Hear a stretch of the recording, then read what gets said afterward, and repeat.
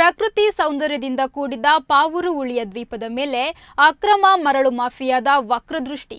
ದ್ವೀಪದ ಅಸ್ತಿತ್ವ ಉಳಿಸಿಕೊಳ್ಳಲು ಸ್ಥಳೀಯರಿಂದ ಹೋರಾಟ, ಪ್ರತಿಭಟನೆ. ಸ್ವಾರ್ಥ ಲಾಭಕ್ಕಾಗಿ ಕಣ್ಣು ಮುಚ್ಚಿ ಕುಳಿತಿರುವ ಅಧಿಕಾರಿಗಳು. ಪಾವೂರು ಉಳಿಯ ದ್ವೀಪ ಮರೆಯಾಗುವ ಮುನ್ನ ಎಚ್ಚೆತ್ತುಕೊಳ್ಳಲಿ ಜಿಲ್ಲಾಡಳಿತ. ಈ ಬಗ್ಗೆ ಸ್ಪೆಷಲ್ ಸ್ಟೋರಿ ಇಲ್ಲಿದೆ. ಮಂಗಳೂರಿನ ಸುಂದರ ದ್ವೀಪದ ಮೇಲೆ ಮರಳುಕೋರರ ಕಣ್ಣು. ಪಾವೂರು ಉಳಿಯ ದ್ವೀಪದಲ್ಲಿ ಮತ್ತೆ ಶುರುವಾಯಿತು ಅಕ್ರಮ ಮರಳುಗಾರಿಕೆ. ನದಿಯಲ್ಲಿ ಮುಳುಗಿ ಆ ಊರ ಜನರ ಕಣ್ಣೀರು.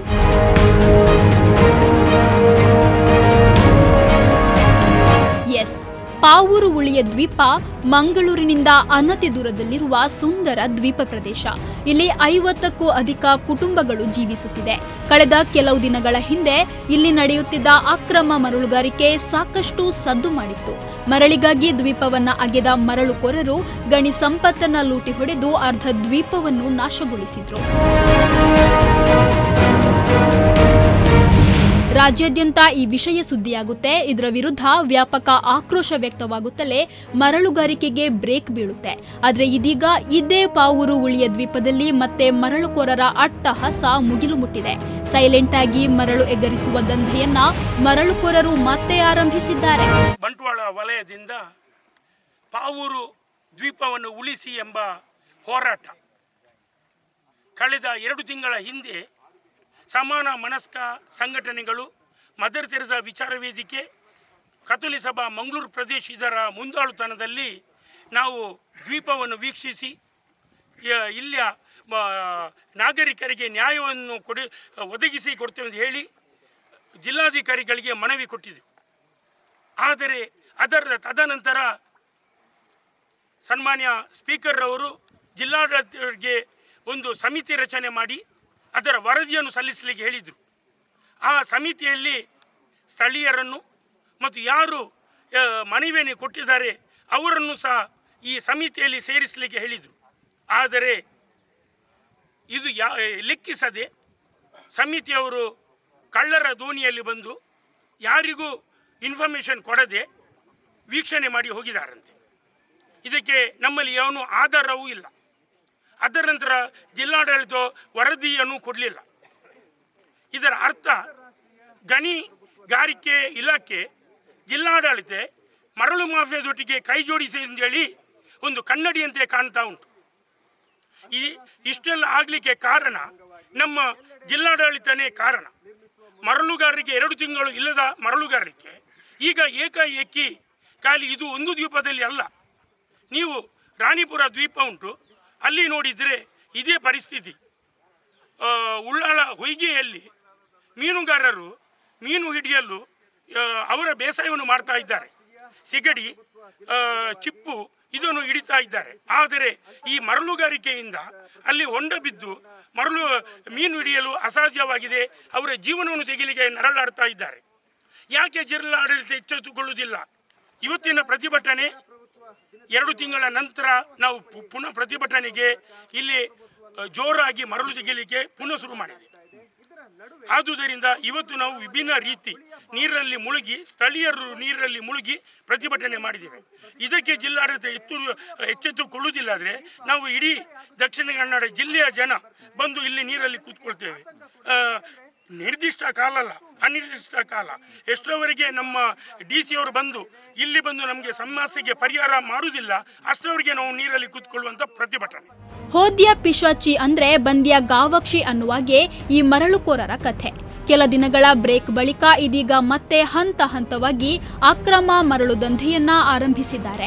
ಇದರಿಂದ ಕಂಗೆಟ್ಟ ಪಾವೂರು ಉಳಿಯದ ಜನರು ನೇತ್ರಾವತಿ ನದಿಯಲ್ಲಿ ಮುಳುಗಿ ಪ್ರತಿಭಟನೆ ನಡೆಸಿದ್ದಾರೆ. ಜಿಲ್ಲಾಡಳಿತ ಅಧಿಕಾರ ವರ್ಗಕ್ಕೆ ಚೀಮಾರಿ ಹಾಕಿದ್ದಾರೆ. ಇನ್ನು ಮುಂದೆ ಕೂಡ ಅಕ್ರಮ ಮರಳುಗಾರಿಕೆಗೆ ಕಡಿವಾಣ ಹಾಕದೆ ಹೋದಲ್ಲಿ ಉಗ್ರ ಪ್ರತಿಭಟನೆಯನ್ನು ನಡೆಸುವ ಎಚ್ಚರಿಕೆಯನ್ನು ಕೂಡ ನೀಡಿದ್ದಾರೆ. 100 ವರ್ಷಗಳ ಚರಿತ್ರೆ ಇದೆ. ಇದು ದ್ವೀಪ ನೀವು ಏನು ನೋಡ್ತೀರಿ, ಅದು ದ್ವೀಪದ ಚರಿತ್ರೆ ಅಲ್ಲ.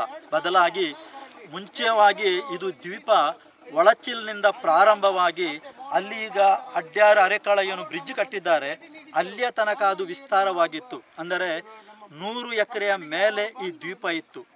ಪ್ರತಿ ಬಾರಿ ಈ ಮರಳು ದಂಧೆಯಿಂದ ಇದು ಸಣ್ಣದಾಗಿ ಬಂದು ಇತ್ತೀಚಿನ ದಿನಗಳಲ್ಲಿ ಅವರು ಹಾರೆಯಿಂದ ಪಿಕ್ಕಾಸ್ನಿಂದ ಕೊರೆದು ದೋಣಿಯಲ್ಲಿ ತುಂಬಿಸಿ ಈ ಪಾವೂರು ಉಳಿಯದ ದ್ವೀಪವು ಸಣ್ಣದಾಗಿ ಮಾಡಿದ್ದಾರೆ. ಇನ್ನು ಇಲ್ಲಿಯ ಜನರು ಇಲ್ಲಿ ವಾಸಿಸುವಂತಿಲ್ಲ. ಇದು ನಾವು ಕಳೆದ 20 ವರ್ಷಗಳಿಂದ ಮಾನ್ಯ ಜಿಲ್ಲಾಧಿಕಾರಿಗಳಿಗೆ, ಗಣಿ ಇಲಾಖೆಗೆ, ಸಂಬಂಧಪಟ್ಟ ಪೊಲೀಸ್ ಇಲಾಖೆಗಳಿಗೆ ನಾವು ಮನವಿಯನ್ನು ಮಾಡುತ್ತಾ ಇದ್ದೆವು. ಎಷ್ಟೋ ನಮ್ಮ ಪ್ರತಿಗಳು ಫೈಲ್ ತೆಗೆದು ನೋಡಿದರೆ ಖಂಡಿತವಾಗಿಯೂ ಅಲ್ಲಿ ದಾಸ್ತಾನಾದದ್ದು ಈ ಆಡಳಿತದವರು ನೋಡಬಹುದು, ಪೊಲೀಸ್ ಇಲಾಖೆಯವರು ಕೂಡ ನೋಡಬಹುದು, ಗಣಿ ಇಲಾಖೆಯವರು ಕೂಡ ನೋಡಬಹುದು. ಆದರೆ ಇದು ಏನಾಗಿದೆ ಅಂದರೆ, ನಾವು ಕೊಟ್ಟ ಮನವಿಗೆ ಆಯಿತು ನಾವು ಸಂಬಂಧಿಸುತ್ತೇವೆ, ನಾವು ಬರುತ್ತೇವೆ ಅಂತ ಅಲ್ಲಿ ಬರುವ ಮುಂಚೆ ಇಲ್ಲಿ ಮರಳು ತೆಗೆಯುವವರಿಗೆ ಫೋನ್ ಮಾಡಿ ಅವರು ಇಲ್ಲಿ ಇಲ್ಲದಾಗಿ ಅವರು ಮಾಡುವುದು, ಹಾಗೂ ಯಾವುದೇ ಧಕ್ಕೆಯಲ್ಲಿ ಮರಳು ಸೇಕರಿಸಿ ಇಡದಾಗಿ ಮಾಡುವುದು, ಮತ್ತು ಅಲ್ಲಿ ಹೋಗಿ ಹೇಳುವುದು ಅವರು ಸುಳ್ಳು ಮನವಿ ಮಾಡಿದ್ದಾರೆ, ಏನು ಅವರು ಮಾಡಿಲ್ಲ, ಅವರು ಯಾವುದು ಧಕ್ಕೆ ಇಲ್ಲ, ಅಲ್ಲಿ ಮರಳುಗಾರಿಕೆ ಆಗುವುದಿಲ್ಲ ಅಂತ ಸುಳ್ಳು ಆರೋಪದಿಂದ ಇದ್ದರು. ಆದರೆ ಇತ್ತೀಚೆಗಿನ ದಿನಗಳಲ್ಲಿ ಈ ಕಥೋಲಿಕ್ ಸಭಾ, ಅದೇ ರೀತಿಯಲ್ಲಿ ಸಮಾನ ಮನಸ್ಕ ಅವರೆಲ್ಲ ಕೂಡಿ ಈ ಒಂದು ಇದು ವಿರೋಧವನ್ನು ನಾವು ವ್ಯಕ್ತಪಡಿಸಿದ್ದೆವು. ಅದಕ್ಕಾಗಿ ಇದು ಜಿಲ್ಲಾಧಿಕಾರಿಯವರು ಇದು ಏನು ಕಮಿಟಿ ಮಾಡಿ ಅವರಿಂದ ರಿಪೋರ್ಟ್ ತೆಗೆದು 1 ವಾರದೊಳಗೆ ಕೊಡಬೇಕಂತ ಹೇಳಿದ್ರು. ಈಗ 3.5 ತಿಂಗಳಾಯಿತು. ಏನಾಯಿತು? ಅದಕ್ಕಾಗಿ ಜಿಲ್ಲಾಧಿಕಾರಿಯವರು ಯಾಕೆ ಈ ದರೋಡೆಕೋರರ ಇದರಲ್ಲಿ ಇದು ತಮ್ಮ ಹಸ್ತವನ್ನು ಹಾಕಿದ್ದಾರೆ? ಈ ಜನರಿಗೆ ಇದು ಪ್ರಜಾಪ್ರಭುತ್ವ ಇಲ್ವಾ? ಈ ಜನರು ಜಿಲ್ಲಾಧಿಕಾರಿಯವರ ಚುಕ್ಕಾಣಿಯಲ್ಲಿ ಕೆಲಸ ಮಾಡುವುದಿಲ್ವಾ? ಅಥವಾ ಅವರಿಗೆ ಇವರ ಮೇಲೆ ಏನು ನಂಬಿಕೆ ಇಲ್ವಾ? ಅದಕ್ಕಾಗಿ ಈಗ ನಮ್ಮ ಮನವಿ ಯಾವುದಕ್ಕೂ ಸಂಬಂಧಿಸದೆ ಯಾವುದು ಅವರು ಆ್ಯಕ್ಷನ್ ತೆಗೆದುಕೊಳ್ಳೋದಕ್ಕಾಗಿ ಜಿಲ್ಲಾಡಳಿತಾಧಿಕಾರಿಯವರ ಹತ್ರ ಕೂಡ ಯಾವುದು ನಮಗೆ ವಿಶ್ವಾಸವಿಲ್ಲ. ಆದುದರಿಂದ ಈ ಸಂಬಂಧಪಟ್ಟವರು ಕೂಡಲೇ ಎಚ್ಚೆತ್ತು, ಇದು ಕೇವಲ ಈಗ ನೀರಿನಲ್ಲಿ ಮುಳುಗಿದ್ದು, ಆದರೆ ಮುಂದಿನ ದಿನಗಳಲ್ಲಿ ಈ ಒಂದು ವಿರೋಧ ಇದು ದೊಡ್ಡದಾಗಿ ಇದು ವ್ಯಕ್ತಪಡಿಸುತ್ತೇವೆ ಎಂದು ನಾವು ಚಾಲೆಂಜ್ ಆಗ್ತೇವೆ. ಕಣ್ಮನ ಸೋರೆಗೊಳಿಸುವಂತಹ ಪಾವೂರು ಉಳಿಯ ದ್ವೀಪ ಈಗಾಗಲೇ ಅರ್ಧಕರ್ಧ ನಾಶವಾಗಿದೆ. ಯಾರ ಭಯವೂ ಇಲ್ಲದೆ ಮರಳುಕೋರರು ಮರಳು ಅಗೆಯುತ್ತಿದ್ದ ದೃಶ್ಯಗಳು ಸಾಕಷ್ಟು ಆಕ್ರೋಶಕ್ಕೆ ಕಾರಣವಾಗಿತ್ತು. ದಕ್ಷಿಣ ಕನ್ನಡ ಉಸ್ತುವಾರಿ ಸಚಿವ ದಿನೇಶ್ ಗುಂಡೂರಾವ್ ನೇತೃತ್ವದ ಕೆಡಿಪಿ ಸಭೆಯಲ್ಲೂ ಈ ವಿಚಾರ ಚರ್ಚೆಗೆ ಬಂದು ತಲ್ಲಣ ಉಂಟು ಮಾಡಿತ್ತು. ಅಕ್ರಮಕ್ಕೆ ಕಡಿವಾಣ ಹಾಕಿ ಎಂದು ಉಸ್ತುವಾರಿ ಸಚಿವ ದಿನೇಶ್ ಗುಂಡೂರಾವ್ ಅಧಿಕಾರಿಗಳಿಗೆ ಖಡಕ್ ವಾರ್ನಿಂಗ್ ನೀಡಿದ್ರು. ಆ ಬಳಿಕ ಮರಳುಗಾರಿಕೆಗೆ ಬ್ರೇಕ್ ಬಿದ್ದಿತ್ತು. ಆ ಊರಿನ ಜನರು ನಿಟ್ಟುಸಿರು ಬಿಟ್ಟಿದ್ರು. ಆದರೆ ಇದೀಗ ಮತ್ತೆ ದಂಧೆ ಶುರುವಾಗಿದೆ. ಸರ್ಕಾರ ಹಾಗೂ ಅಧಿಕಾರಿ ವರ್ಗಕ್ಕೆ ಸವಾಲ್ ಎಸೆಯುವಂತೆ ಮರಳುಕೋರರು ತಮ್ಮ ದಂಧೆ ಮುಂದುವರಿಸಿದ್ದಾರೆ.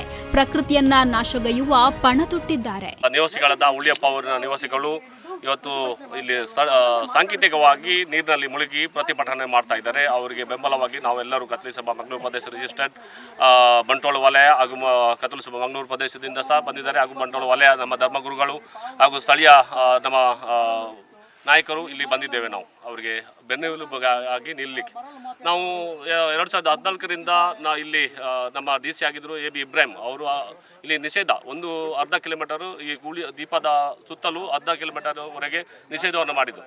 ಅದರ ನಂತರ ಇಲ್ಲಿ ಯಾವುದೇ ಮರಳುಗಾರಿಕೆ ನಡೆಯಬಾರದೆಂದು ಆದೇಶ ಮಾಡಿದರು. ಆ ಆದೇಶದ ನಂತರ ಅದು 18ರಿಂದ ಪುನಃ ತೆಗಿಲಿಕ್ಕೆ ಸ್ಟಾರ್ಟ್ ಮಾಡಿದ್ರು. 19 ಅವಾಗ ನಮ್ಮ ಜಿಲ್ಲಾಧಿಕಾರಿ ಆದಂಥ ಸಿಂತೇಲ್ ಅವರು ಎಲ್ಲ ಇಲ್ಲಿಂದ ಅಡ್ಡರಿಂದ ನಮಗೆ ಅರ್ಕುಳವರೆಗೆ ಎಲ್ಲ ಸೆಡ್ಗಳನ್ನು ಡೆಮೊಲಿಷನ್ ಮಾಡಿ ಇಲ್ಲ ಮರಳುಗಾರಿಕೆಯನ್ನು ನಿಲ್ಲಿಸಿದ್ರು. ಅದರ ನಂತರ ಈಗ ಪುನಃ ಸ್ಟಾರ್ಟ್ ಮಾಡಿದ್ದಾರೆ. ಇಲ್ಲಿ ಕಳೆದ 2 ತಿಂಗಳ ಮೊದಲು ನಾವು ಇಲ್ಲಿ ದೊಡ್ಡ ಮಟ್ಟದಲ್ಲಿ ಪ್ರತಿಭಟನೆ ಮಾಡಿ ಒಂದು ಸಮಿತಿಯನ್ನು ರಚನೆ ಮಾಡಿದರು. ಜಿಲ್ಲಾಡಳಿತ ಜಿಲ್ಲಾ ಉಸ್ತುವಾರಿ ಸಚಿವರಿಗೂ ಸಹ ನಾವು ಮನವಿ ಕೊಟ್ಟಿದ್ದು. ಅದರ ಮೇಲೆಗೆ ಒಂದು ಸಮಿತಿಯನ್ನು ರಚನೆ ಮಾಡಿದರು. ಆದರೆ ಇಲ್ಲಿ ಸ್ಥಳೀಯವರಿಗೆ ಯಾವುದೇ ಒಂದು ವಿಶ್ವಾಸಕ್ಕೆ ತೆಗೆದುಕೊಳ್ಳದೆ ಇಲ್ಲಿ ಆ ಸಮಿತಿಯವರು ಬಂದು ಹೋಗಿದ್ದಾರೆ ಅಂತ ಹೇಳಿ ನಮಗೆ ಸುದ್ದಿ ಇದೆ. ಆದರೆ ಸ್ಥಳೀಯ ನಿವಾಸಿಗಳ ಹತ್ರ ಯಾರ ಹತ್ರನೂ ಅವರು ಮಾತಾಡದೆ ಇಲ್ಲಿ ಯಾರು ಸ್ಥಳೀಯರನ್ನು ಮತ್ತು ಯಾರು ಪ್ರತಿಭಟನೆಯಲ್ಲಿ ಮುಂದಾಳತ್ವವನ್ನು ವಹಿಸಿಕೊಂಡಿದ್ದಾರೆ ಅವರನ್ನು ಸೇರಿಸಬೇಕಂತ ನಮ್ಮ ಸಭಾಧ್ಯಕ್ಷರು UT ಖಾದರ್ ಅವರು ಹೇಳಿದರು. ಆದರೆ ಯಾರನ್ನೂ ಸೇರಿಸದೆ ಅವರಿಗೆ ಬೇಕಾದಂಥ ಅಧಿಕಾರಿಗಳಿಗೆ ಬೇಕಾದಂಥ ವ್ಯಕ್ತಿಗಳಿಗೆ ಸೇರಿಸಿ ಒಂದು ಸಮಿತಿ ಮಾಡಿ ನಾಟಕ ಮಾಡಿ ಇಲ್ಲಿ ಹೋಗಿದ್ದಾರೆ. ಆದರೆ ಆ ಸಮಿತಿಯಲ್ಲಿ ಏನು ವರದಿ ಅವರು ಯಾವ್ದು ವರದಿ ಕೊಟ್ಟಿದ್ದಾರೆ ಏನಂತ ಇಲ್ಲಿವರೆಗೆ ಜಿಲ್ಲಾಡಳಿತ ಅದನ್ನು ಯಾವುದೇ ಮಾಧ್ಯಮಕ್ಕೆ ನೀಡಲಿಲ್ಲ. ಹಾಗೆ ನಮಗೆ ಅದರ ಸಮಿತಿಯ ರಿಪೋರ್ಟ್ ಯಾವುದು ನಮಗೆ ಸಿಕ್ಕಲಿಲ್ಲ. ಹಾಗಾಗಿ ಸಾಂಕೇತಿಕವಾಗಿ ಇವತ್ತು ಪ್ರತಿಭಟನೆ ಮಾಡ್ತಾ ಇದ್ದೇವೆ. ಸ್ಥಳೀಯ ನಿವಾಸಿಗಳು ನಾವು ದೊಡ್ಡ ಮಟ್ಟದಲ್ಲಿ ಮುಂದಿನ ದಿವಸಗಳಲ್ಲಿ ನಾವು ಇಲ್ಲಿ ನ್ಯಾಯ ಕೊಡೋದಿಲ್ಲ, ಮರಳು ಮಾಫಿಯಾ ನಿಲ್ಲಿಸುವುದಿಲ್ಲ, ದೊಡ್ಡ ಮಟ್ಟದಲ್ಲಿ ನಾವು ಹೋರಾಟ ಮಾಡ್ತೇವೆ ಅಂತ ನಿಮ್ಮ ಮುಖಾಂತರ ನಾವು ಹೇಳಲಿಕ್ಕೆ ಇಚ್ಛೆ ಮಾಡ್ತೇವೆ. ಯಾವ ಮಟ್ಟದಲ್ಲಿ ನಡೀತಾ ಇದೆ? ಈಗ ಪುನಃ ಇಲ್ಲಿ ನಮ್ಮ ಇದರಲ್ಲಿ ದೀಪದಲ್ಲಿ ಮೊದಲು ಬಟ್ಟೆಯಲ್ಲಿ ತುಂಬಿಸಿಕೊಂಡು ತೆಗಿಲಿಕ್ಕೆ ಸ್ಟಾರ್ಟ್ ಮಾಡಿದ್ರು. ಅದರ ನಂತರ ಒಂದು 2 ತಿಂಗಳ ನಂತರ ನಿಲ್ಲಿಸಿದ್ರು. ಈಗ ಪುನಃ ಇಲ್ಲಿ ಬಂದು ಅವ್ರು ತೆಗಿಲಿಕ್ಕೆ ಸ್ಟಾರ್ಟ್ ಮಾಡಿದರೆ ಬಟ್ಟೆಯಿಂದ ತೆಗೆದು ದೋಣಿಗೆ ಹಾಕ್ತಾರೆ. ಮುಳುಗಿ ತೆಗಿಬೇಕಿತ್ತು, ಅದನ್ನು ಬಿಟ್ಟು ಈಗ ಬಟ್ಟೆಯಲ್ಲಿ ಹಾರೆಯಿಂದ ತೆಗೆದು ಅವರು ತುಂಬಿಸ್ತಾ ಹೋಗ್ತಾ ಇದ್ದಾರೆ. ಆದರೆ ಈಗ ಇದು ಬರೋದಿಲ್ಲ. ನಾನು 5 ಗಂಟೆ ಆಗುವಾಗ ಅವರು 4:15 ಗಂಟೆ ಆಗುವಾಗ ಎಲ್ಲ ದೋಣಿಗಳು ಇಲ್ಲಿ ಬರ್ತವೆ. ನಾವು ಮಾಧ್ಯಮದವರು ಇಲ್ಲಿ ಬಂದಿದ್ದಾರೆ ಅಂತ ಗೊತ್ತಾಗ್ತದೆ ಆದ ತಕ್ಷಣ ಅವರು ಓಡಿ ಹೋಗ್ತಾರೆ. ನಿನ್ನೆ ಸಹ ಇಲ್ಲಿ ಮಾಧ್ಯಮದವರು ಬಂದಿದ್ರು, ನಾವು ಸಹ ಅವರೊಟ್ಟಿಗೆ ನಾವು ಇದ್ದಿದ್ದೆವು. ಎಲ್ಲರೂ ಈ ದೋಣಿಯನ್ನು ಇಟ್ಕೊಂಡು ಇಲ್ಲಿ ಸ್ಥಳೀಯ ಇಲ್ಲಿ ನಿವಾಸಿಗಳು ಇದ್ದರು, ಅವ್ರು ದೋಣಿಯಲ್ಲಿ ಇಟ್ಕೊಂಡು ಬಂದಿದ್ರು. ಆದರೆ ನಮ್ಮನ್ನು ನೋಡಿ ಅವರು ಸೈಡಿಗೆ ಓಡಿ ಹೋಗಿದ್ದಾರೆ. ಆದರೆ ಇಲ್ಲಿ ಸಹ ನೀವು ನೋಡಿದರೆ ಈ ಒಂದು ಅರ್ಧ ಕಿಲೋಮೀಟರ್ ಸುತ್ತಮುತ್ತಲು ಈಗ ಸಹ ನಿಮಗೆ ಒಂದು 100-150 ದೋಣಿಗಳು ಸಿಗ್ತವೆ. ಎಲ್ಲ ಸೆಡ್ಡುಗಳಿದ್ದಾವೆ, ಒಳಚೀಲ ಅಲ್ಲಿ ಮತ್ತು ಅಡ್ಡೆರಲ್ಲಿ, ಸಹ್ಯಾದ್ರಿ ಪಕ್ಕದಲ್ಲಿ ಮತ್ತು ಈ ಅರ್ಕೊಳವರೆಗೆ ಎಲ್ಲ ಸೆಡ್ಗಳಿದ್ದಾವೆ. ಎಲ್ಲ ಈಗ ದೋಣಿ ಸೈಡಲ್ಲಿ ನಿಲ್ಲಿಸಿಕೊಂಡು ಮರಳು ಮಾಫಿಯನ್ನು ಮಾಡ್ತಾ ಇದ್ದಾರೆ. ಗಣಿ ಇಲಾಖೆ ಹಾಗೂ ಪೊಲೀಸ್ ಇಲಾಖೆ ಹಾಗೂ ಎಲ್ಲ ಇಲಾಖೆಗಳು ನಿದ್ದೆಯಲ್ಲಿದೆ. ನಾನು ಸಣ್ಣ ಇವಾಗಲಿಂದ ಮರಳುಗಾರಿಕೆ ನಡೀತಾ ಉಂಟು. ಕೇಳುವರು ಯಾರಿಲ್ಲ. ಯಾಕೆಂದರೆ ನಾವು ಅದರ ಮುಂಚೆ ಸಹ ಅಧಿಕಾರಿಗಳಿಗೆ ಎಲ್ಲ ಲೆಟರ್ ಸಹ ಕೊಟ್ಟಿದ್ದೇವೆ, ಮನವಿ ಸಹ ಕೊಟ್ಟಿದ್ದಾರೆ. ಆದರೆ ಯಾರು ಸಹ ಕೇಳುವರು ಕೆಲವು ಕ್ಷಣಕ್ಕೆ ಇದು ಬಂದಾಗ್ತದೆ. ಕೇಳುವರು ಯಾರು ಅಂದರೆ ನಾವೀಗ 2 ತಿಂಗಳ ಮುಂಚೆ ಒಂದು ಪ್ರತಿಭಟನೆ ಮಾಡಿ, ಅಂದರೆ ಎಲ್ಲ ಕಥೋಲಿ ಸಭೆಯ ಕೆಲವು ಅಧಿಕಾರಿಗಳು ಬಂದಿದೆ ಒಂದು ಸಭೆಯನ್ನು ಮಾಡಿದೆವು. ಅದರ ನಂತರ ನಾವು DC-ಗೆ ಹೋಗಿ ಖುದ್ದಾಗಿ ನಾನು ಸಹ ಹೋಗಿದ್ದೇನೆ DC ಮುಂದೆ. ಅವರು ಹೇಳಿದರು ಇದು ಎಲ್ಲಿ ಊರು ಅಂತ ಕೇಳಿದರು. ಇದು ಪಾವರುಳಿ ಅಂತ, ಇಲ್ಲಿ ಮರಳುಗಾರಿಕೆ ಆಗ್ತದೆಯಾ ಅಂತ ಹೇಳಿದರು. ಹೌದು ಸರ್, ಮರಳುಗಾರಿಕೆ ಆಗ್ತದೆ ನಾವು ಜನರೆಲ್ಲ ಹೇಳಿದೆವು. ಅದರ ನಂತರ ನಾವು ವಿಡಿಯೋವನ್ನು ತೋರಿಸಿದೆವು. ಆಗ DC ಅವರು ಇದು ಯಾವ ತಾರೀಕಿದು ಅಂತ ಕೇಳಿದ್ರು. ಅದಕ್ಕೆ ನಾವು ಹೇಳಿದ್ವಿ ಇದೇ ರೀಸೆಂಟ್ಲಿ ಆದದ್ದು ಸರ್, ನೋಡಿ ಅಂತ ಹೇಳಿದರು. ಅದಕ್ಕೆ ಅವರು ಹೇಳಿದರು ಇದಕ್ಕೆ ನಾವು ಒಂದು ಪರಿಹಾರ ಕೊಡ್ತೇವೆ ಅಂತ ಹೇಳಿದ್ರು. ನಮಗೆ ಭರವಸೆ ಕೊಟ್ಟಿದ್ದರು, ಇದಕ್ಕೆ ಇದು ಅಂದರೆ ನಮ್ಮ ಊರನ್ನು ಉಳಿಸ್ತೇವೆ ಅಂತ ಅವರು ಭರವಸೆ ಕೊಟ್ಟಿದ್ದರು. ಅದರ ನಂತರ ಏನಾಯ್ತು ಅಂದರೆ ನಾವು ಅವರನ್ನು ನಂಬಿ ನಮ್ಮ ಊರಿಗೆ ಹಿಂದೆ ಬಂದೆವು. ಅದರ ನಂತರ ಮತ್ತೆ ಹೇಳಿದರು ನಾವು ಭೇಟಿ ಕೊಡ್ತೇವೆ ಅಂತ ಹೇಳಿದರು. ಅದು ಸ್ವಲ್ಪ ದಿನ ಆದ ಮೇಲೆ ಒಂದು ನ್ಯೂಸ್ನೆಲ್ಲ ಪ್ರಚಾರವಾಗಿ 5 ಅಧಿಕಾರಿಗಳನ್ನು ಅವರು ನಿರ್ಮಿಸಿದರು. ಅದು 5 ಅಧಿಕಾರಿಗಳು ಮೀಡಿಯಾದಲ್ಲಿ ಅವರ ಹೆಸರನ್ನು, ಫೋನ್ ನಂಬರನ್ನೆಲ್ಲ ಹಾಕಿದರು. ಬಟ್ ಯಾರು ಅಧಿಕಾರಿ ಸಹ ನಮಗೆ ಭೇಟಿ ಕೊಡಲಿಲ್ಲ. ಸ್ವಲ್ಪ ಸಮಯದ ನಂತರ ಮಳೆಗಾಲ ಬಂತು ಸರ್. ಮಳೆಗಾಲ ಬಂದು ಎಲ್ಲ ನೀರೆಲ್ಲ ತುಂಬಿದೆ. ಅದರ ನಂತರ ಯಾರು ಸಹ ಸುದ್ದಿಲ್ಲ ಮರಳುಗಾರಿ.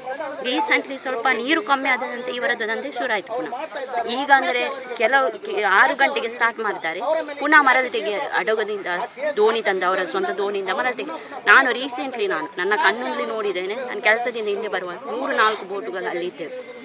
ಅಲ್ಲಿ ಒಬ್ಬರಲ್ಲಿ ಕೇಳಿಕ್ಕೆ ಹೋದರೆ ನೀವು ಯಾರು, ನಾವು ಇಲ್ಲಿ ಸಹ ತೆಗಿತೀವಿ, ನೀವು ಯಾರು ಕೇಳುವರಂತ ನಮಗೆ ಉತ್ತರ ಕೊಡ್ತಾರೆ.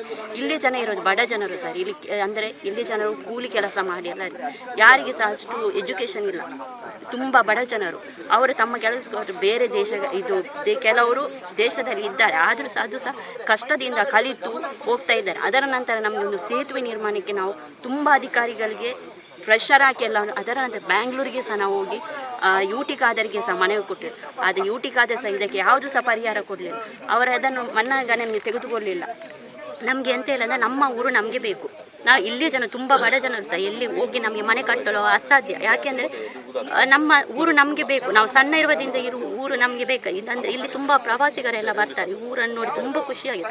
ಆದರೂ ಸಹ ಈಗ ಯಾಕೆ ಆಗ್ತದೆ ನನಗೆ ಗೊತ್ತಿಲ್ಲ. ನಾನು ಹೇಳುವುದಂದರೆ ನಮಗೆ ಒಂದು ನ್ಯಾಯ ಅಂತ ಬೇಕು.